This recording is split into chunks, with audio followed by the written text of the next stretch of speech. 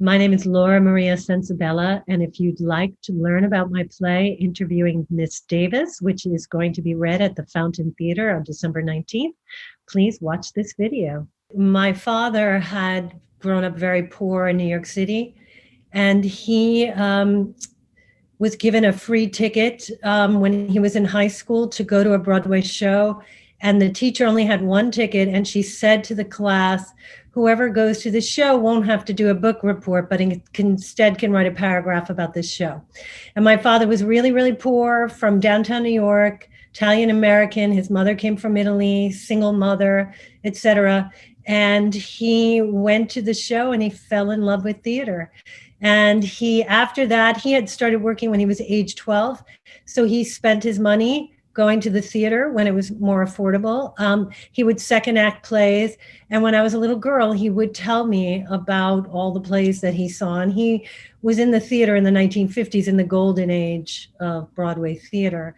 So I think even before I ever went to a show, I was intoxicated with theater. I fell in love with writing because I was trying to be an actress as an undergrad at Yale.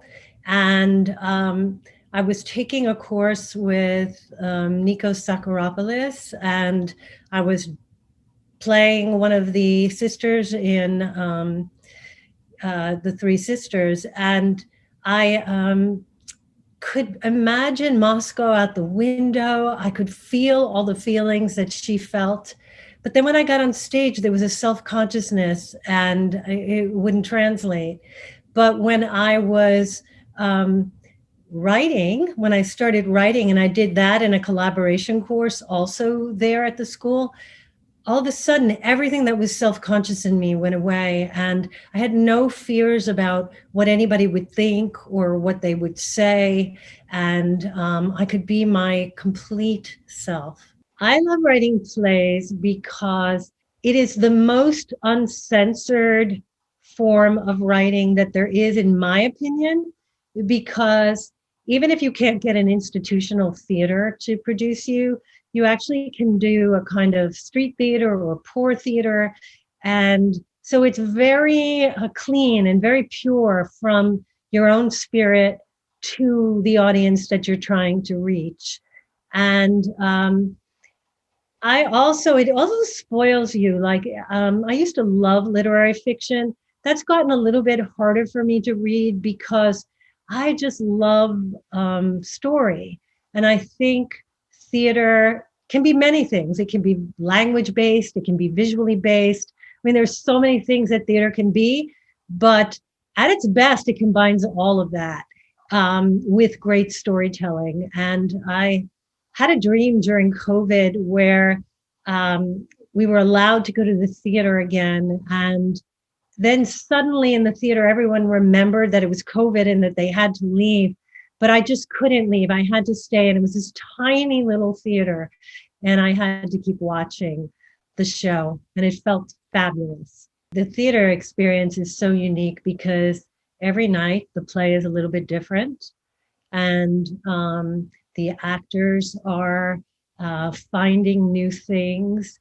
You're feeling the bodies of the audience. You're feeling their pulse. You're feeling their laughter. You're feeling when they're moved. You hear their gasps. And one of my mentors, Lloyd Richards, had said, as a playwright, you should not sit in the back of the theater to experience your play. You should sit in the middle of the audience. Then you really know what is going on with the audience. So that's what I love. I love feeling it with an audience. And then I live through everything I wrote again as well. So my writing process is I will probably start thinking about a play maybe years before I start writing it and want to write it, but I'll be in the midst of other things, other projects that I'm writing. So I'll take very slight notes. I'll start to collect things that I think will be interesting for research.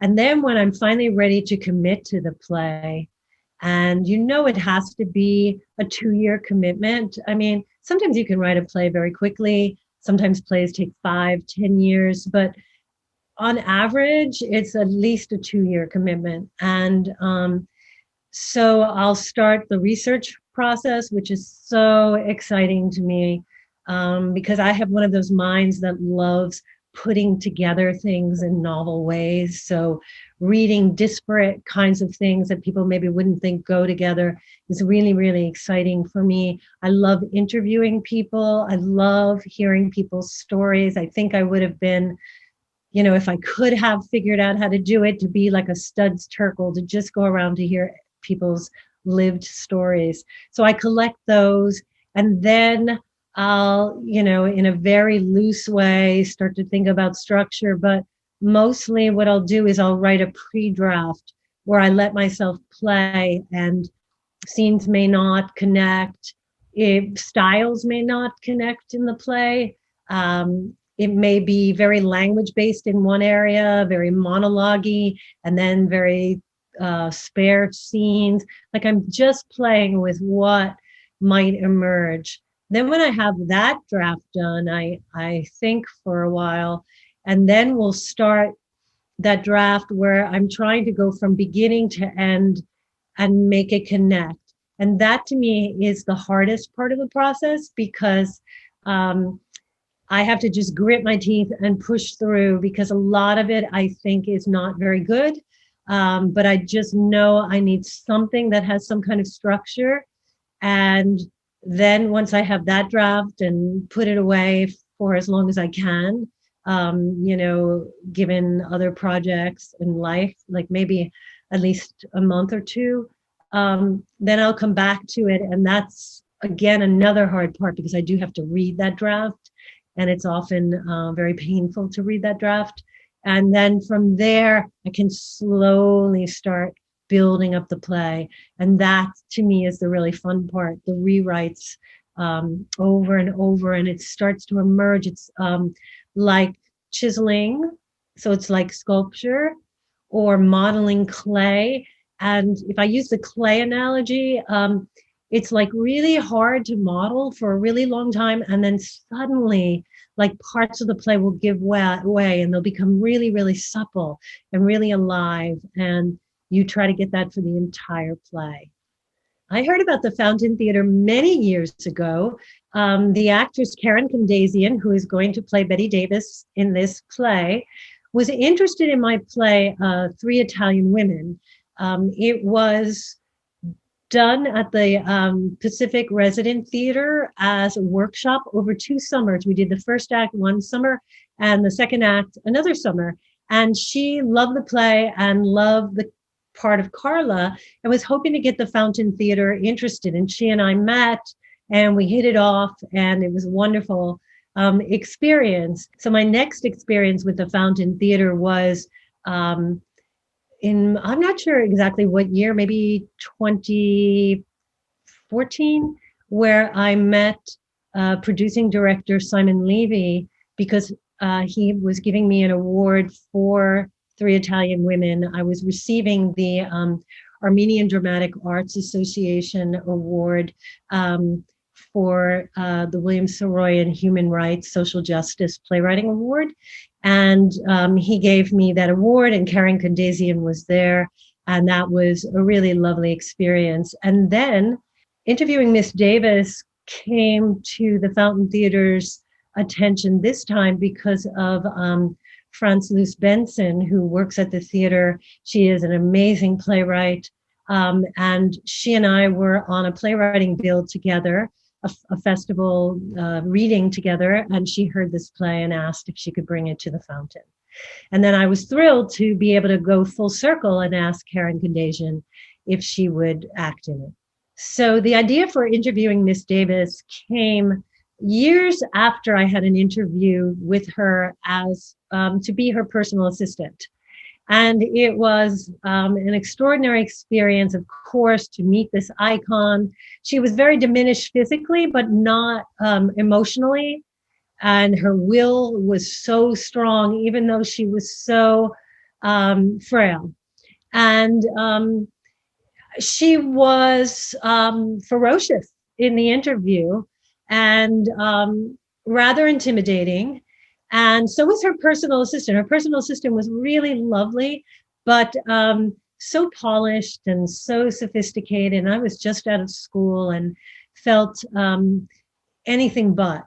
And so I had this experience, which I tucked away because it had been a very profound experience. And then years later, I was at an artist colony at the Virginia Center for the Creative Arts. And I was telling the story of the interview process at a dinner table and making everyone laugh. And a bunch of them said to me, "You have to write it as a play." And I said, "I think you're right, but I don't know exactly what the story is about." And one of them said to me, "Oh, that's simple. It's about you, the day you became a writer." And once I knew what it was about, then I was able to construct the interview using a lot of what actually happened, a lot of what she actually said, and then, of course, a lot of what ifs and invention as well. So the characters in the play are a young woman coming to be interviewed. She's just out of college. She's had a very rough life. Working for Bette Davis would be the height of glamour. It would put her in a category of the kind of life she always wanted, to travel, to meet sophisticated people. And then the other character in the play is Bette Davis's current assistant, who is getting married and is desperate to leave Miss Davis, even though they have a very warm relationship. And they have seen many, many, many candidates, and no one is right for Bette Davis. In truth, because she doesn't want to lose this incredible personal assistant who nursed her through breast cancer. And then Bette Davis makes an entrance, and the interview really begins. And the story is about when you're young, you want to make your mark on the world, and it can seem so daunting how long it's going to take and how indifferent the world is to you. So it's a play about choosing, are you going to choose kind of the fast track, or are you going to be an artist and maybe have years of obscurity, but that's what you feel is your authentic self? I am so looking forward to seeing a reading of this play at the Fountain Theater. I am thrilled to have Karen for us to finally work together, and the younger actresses in it look really wonderful. So to hear new voices in the play is very exciting to me. It was initially produced at Ensemble Studio Theater in their one-act marathon of plays. So I saw a superb cast there. And now I just want to see what these actors do to it and for it. I would love the audience to, first of all, experience Bette Davis in all her complexity. She was ferocious, but also incredibly vulnerable. And it's the vulnerability we're all going to have when you are close to death. And also, I think she was very, very lonely at that point in time. And so I would like an audience to both be horrified by her behavior and also understand it. And then there's a lot in the play about mothers, because both of the young women Bette Davis would be a kind of surrogate mother to the new candidate and has already been to the assistant. So it's a play, even though they're not blood mothers and daughters, it is a play about mothers and daughters and what will you give up. Also, Bette Davis at this particular time was about to read the book that her daughter had written about her. And she knew, her daughter BD, and she knew it was not a flattering portrait. And she was really terrified by that. So she was having her own daughter issues. And I think the two young women in the play have mother issues to work out. And so that also gets worked out, in addition to art and authenticity. The Fountain Theater is a small theater in LA, but it is a mighty theater in terms of the kinds of work that it produces and the quality of the work. And I have been fortunate enough to develop a number of plays at these smaller theaters in LA, and I have had nothing but an extraordinary experience there. First of all, the generosity of everyone on staff, the generosity of the actors, the caliber of the talent that I've worked with, the packed audiences, the enthusiasm of the audiences. There's kind of, from a playwriting perspective, there has never been a downside for me collaborating with these theaters. And as I've been out in LA, when I have visited, to see the type of work that they produce, the daring and unusual work that they do is really thrilling to me, and I get so excited to be in those spaces. I'm Laura Maria Censabella, and if you enjoyed this conversation, I hope you'll come watch the play Interviewing Miss Davis on December 19th. I will be there, and I look forward to talking with the audience afterwards.